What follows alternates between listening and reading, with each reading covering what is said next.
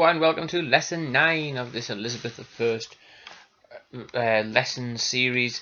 This one focuses on plots against the Queen. You will need to be on page 38 of your lesson notes booklet, which looks like this. And the first task that you are going to do is you're going to watch a little video clip from a documentary by David Starkey. This is going to focus first of all on the Northern Rebellion of 1569, which you looked at last lesson, and it is then going to have a look ahead to some of the other plots that Elizabeth faced, looking first of all at the Ridolfi Plot of 1571, which we will look at during the course of this lesson. So, in a moment, you're going to need to pause me and open up the video clip in another window. Off you go. Okay, right, your next task is to build on what you saw about the Ridolfi Plot and what you saw about the threat to Elizabeth in that clip by looking at each of the three main plots against her in some detail. That's the Ridolfi Plot, the Throckmorton Plot, and the Babington Plot. So, what you're going to do, you're going to use the information from page 38 through to page 40 on your lesson notes booklet, and you are going to use that to complete this table here of who was involved in the plot, what was the plot, and what was the significance of that plot. So use the information to fill in the table. Pause me now, do that, and then come back and we'll discuss what you found. Okay, welcome back. What we can see from all three of these plots is that they all involve Mary Queen of Scots in some way, which underscores the importance of Mary Queen of Scots as a threat and a challenge to Elizabeth, and also emphasises the fact that her presence in England from 1566 onwards is a major headache for the Queen in many, many different ways. The other thing that these plots all have in common is the involvement of foreign powers in some way. So, for example, the Ridolfi Plot is to involve the Spanish, the Throckmorton Plot and the Babington Plot, both to involve the French Catholic Duke of Guise, who is supposed to team up with Mary Queen of Scots. He is her cousin.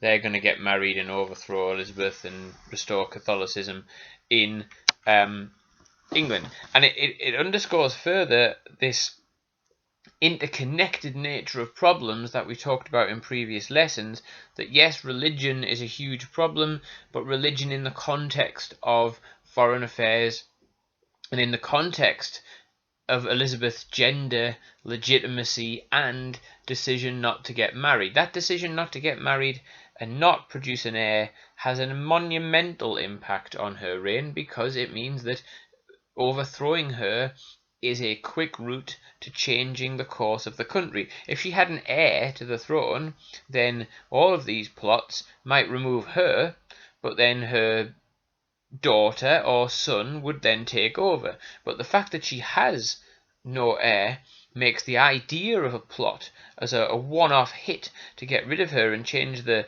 political and religious course of the country particularly appealing to Catholic powers who want to restore Catholicism in England. The significance of these plots increases as time goes on, and the significance of the plots increases because of the nature of England's position in Europe, and because of the problems that Elizabeth has in her relationship with the Spanish in particular. By the time we get to the Babington Plot of 1586, Spain are already planning to come and invade England and to try and overthrow Elizabeth, and so therefore nipping in the bud any plots inside the country that might aid the Spanish is really important. If you remember, in the documentary that you watched about the relationship between Mary Queen of Scots and Elizabeth, some of Elizabeth's advisors even pretended that the Spanish had landed some troops on the Isle of Wight were about to invade in order to bounce Elizabeth into signing Mary Queen of Scots' death warrant so they could get rid of her. So these plots become more significant over time. Elizabeth is getting more and more entangled in the Dutch rebels' revolt against the Spanish. That's something that you'll look at in future lessons, and the more that she gets involved in those dangerous foreign entanglements, the more perilous her position is, the more vulnerable she becomes to these sorts of plots. The other thing that is really important about these plots is that as they increase in significance and importance, it means that the way in which Catholics are punished, or the laws that are put in place to try and stop these plots, makes it more likely that Catholic people will become martyrs, that Catholic people will feel aggrieved that they are being discriminated against, that they are being persecuted, which in turn makes it more likely that they may feel as though they want to do something against the Queen. So what you should have got from that table really is the similarity in the nature of the plots. They involve a foreign power, they involve some troops from a foreign power, they involve some sort of spy in England working with that foreign power, and the idea is they're going to use Mary Queen of Scots to overthrow Elizabeth, and they're going to put Mary Queen of Scots on the throne, and they're going to restore Catholicism. Probably the most significant plot is the Babington plot, because of the time it comes when Spain is about to launch the Armada, and ultimately, finally, the Babington plot results in Elizabeth being bounced into signing the death warrant of Mary Queen of Scots, and she is executed, and that threat is removed. Okay, so what I should hopefully have done is helped you to answer the question on page 41 about why Mary Queen of Scots' execution was important, and also about which of the plots was the most important.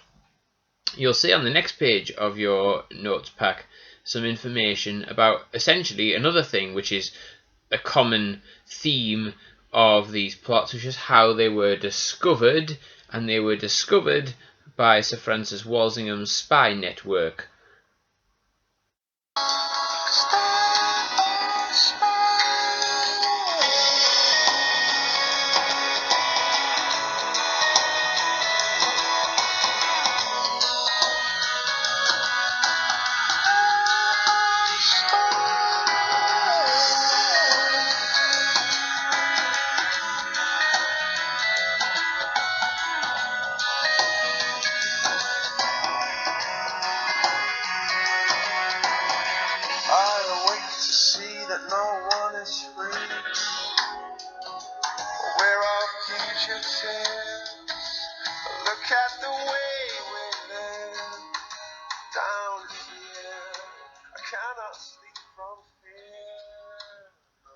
I hope you enjoyed that little musical interlude that was Spies by Coldplay, and I played that just to emphasise, just something to stick in your mind really, that the Walsingham's use of spies and how he used spies to uncover these plots is specifically mentioned in the exam board syllabus. So there's a chance that they ask a 4-mark question, describe 2 features of Walsingham's spy network. So it's just worth you reading that information in your booklet, making a little note so that you understand that the spy network existed, and Walsingham used spies to uncover a lot of these plots, okay, and it was his job to protect Elizabeth. What we're now going to move on to is the last part of this lesson, is to have a look at a 12-mark question. Now, you answered a 12-mark question yourself a few lessons ago. What we're going to do now is have a look at somebody's 12-mark answer to a question about the Throckmorton plot, and then we're going to see what we could do to improve that answer,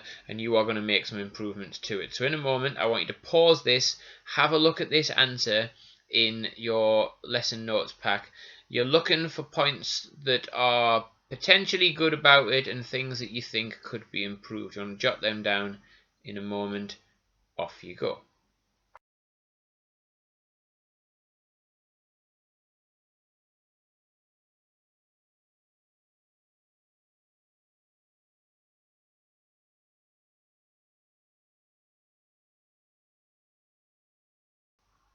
Okay, so this answer got 5 out of 12, so it's in level 2 of the 4 levels, and the main problem with it is that it doesn't have enough focus. You see the 2 places that I've underlined. This was a threat to Queen Elizabeth because this plot tried many ways to get Elizabeth off the throne spelt incorrectly in this case. This plot possibly also planned to marry Queen Elizabeth. To murder Queen Elizabeth, sorry. So that's the only place where it really focuses on a question, because the question says, explain why the Throckmorton plot was a threat. This answer is just describing what the plot was. It's not explaining why the Throckmorton plot was a threat. It goes through and tells you what Throckmorton was trying to do. It doesn't tell you why that was a threat. So what I want you to do is to use the information that you've got in your table that you produced, the part of the table that said what was the significance of each of the plots, and I want you to write some improvements to this answer. So I want you to write 2 paragraphs that focus specifically on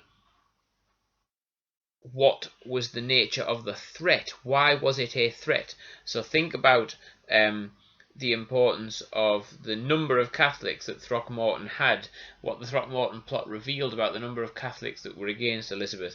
Think about the foreign threat from the Duke of Guise and the French and the potential army coming over to overthrow Elizabeth. Think about the continued threat of Mary Queen of Scots, the lack of heir to the throne that Elizabeth had, and how that made Mary a particular threat.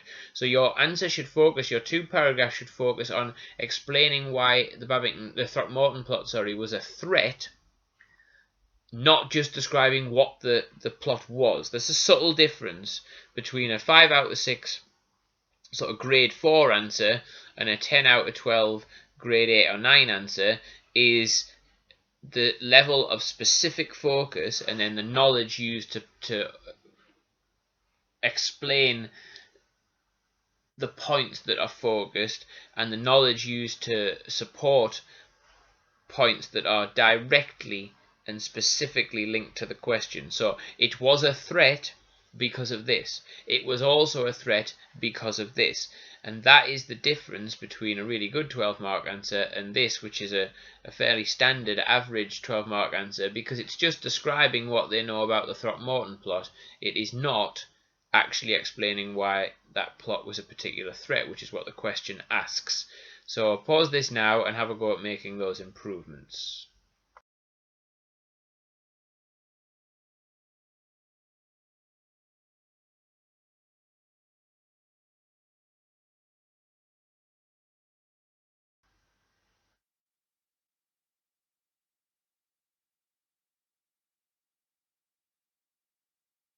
Okay, as we come to the end of this lesson, we're going to look specifically at the execution of Mary Queen of Scots.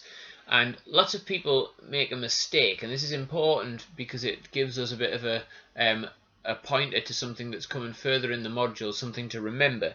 People sometimes go, oh look, this big threat, Mary Queen of Scots, and she's finally executed, and then a year later Philip of Spain sends the Armada. Philip of Spain must have been really annoyed that Mary Queen of Scots, a Catholic queen, was executed, and therefore he decided to take some action and send the Armada and wipe out Elizabeth once and for all and restore Catholicism.